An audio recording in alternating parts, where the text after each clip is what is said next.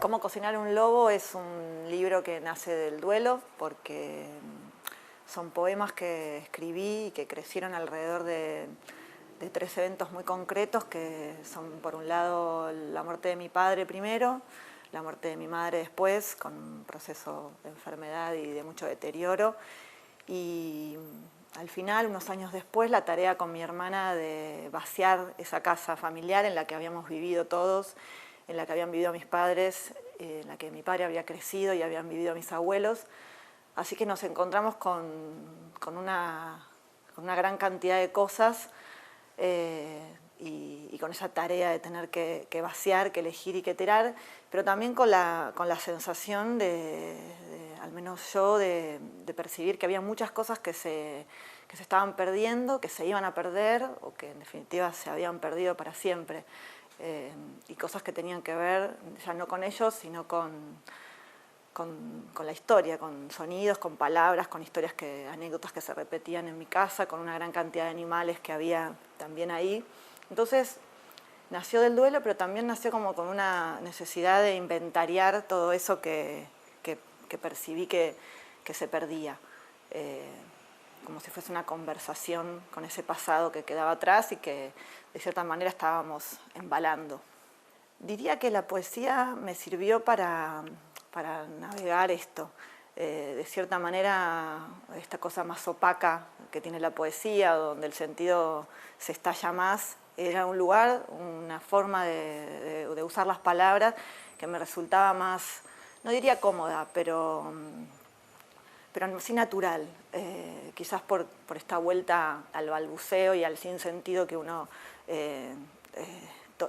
alcanza cuando está atravesando un duelo y cuando está muy cerca del dolor, que lo que en realidad muchas veces pasa es que no hay palabras, lo que hay son emociones o cosas que orbitan alrededor de uno y que uno sabe que está perdiendo. Entonces, de alguna manera sí, la poesía fue la manera que encontré de escribir esto, porque no me salía de una forma más ordenada y más transparente. Hay un poema muy lindo de Juana Viñosi que me gusta mucho y que también me sirvió como amuleto mientras escribía, mientras editaba más que nada este conjunto de poemas, que dice algo así como que la poesía es la palabra de la muerte, es como conversar muchas veces con los muertos. Y yo creo que a mí me sirvió como para tener una última conversación con mis muertos y con esta casa familiar que también era un gran muerto, es un gran muerto. El libro se relaciona con lo no dicho también desde el hecho concreto y material de que cuando nos embarcamos en la tarea de vaciar esta casa, pensamos que nos íbamos a encontrar con mi hermana con una gran cantidad de secretos y de materiales, al menos para mí, útiles para la escritura, y lo que también nos encontramos fue con que no había nada, ¿sí? Había restos de una vida común. Y me acuerdo que el librero, en mi librero de confianza, me había dicho que cuando él había vaciado la casa de su madre se había encontrado con un montón de cartas y de diarios, y yo estaba muy entusiasmada porque algo así me pasara. Y lo que ocurrió, en definitiva, fue que no había casi nada, y lo que menos había eran respuestas para las preguntas que nos habían quedado por responder sobre ellos.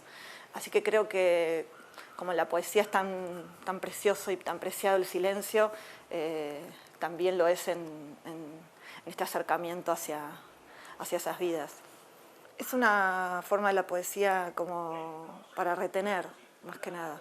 Quizás es algo que me obsesiona bastante, como lo efímero de las cosas, de los vínculos, de lo que durante muchos años pensamos que es nuestra vida y es nuestra casa, y de golpe eso desaparece. Entonces, de cierta forma, creo que la mayoría de las veces para mí la escritura es una forma de retener.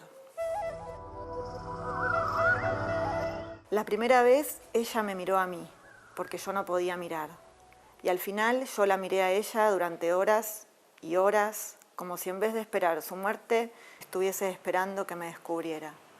Pero ella ya no podía ver ni hablar. Una tarde llegué y agarré sus manos con las mías y puso esa cara de cuando decía: «Hija, qué manos heladas». Pero no dijo nada. Cerré los ojos, arqueó las cejas y yo le di las palabras: «Hace mucho frío afuera, me debería abrigar más».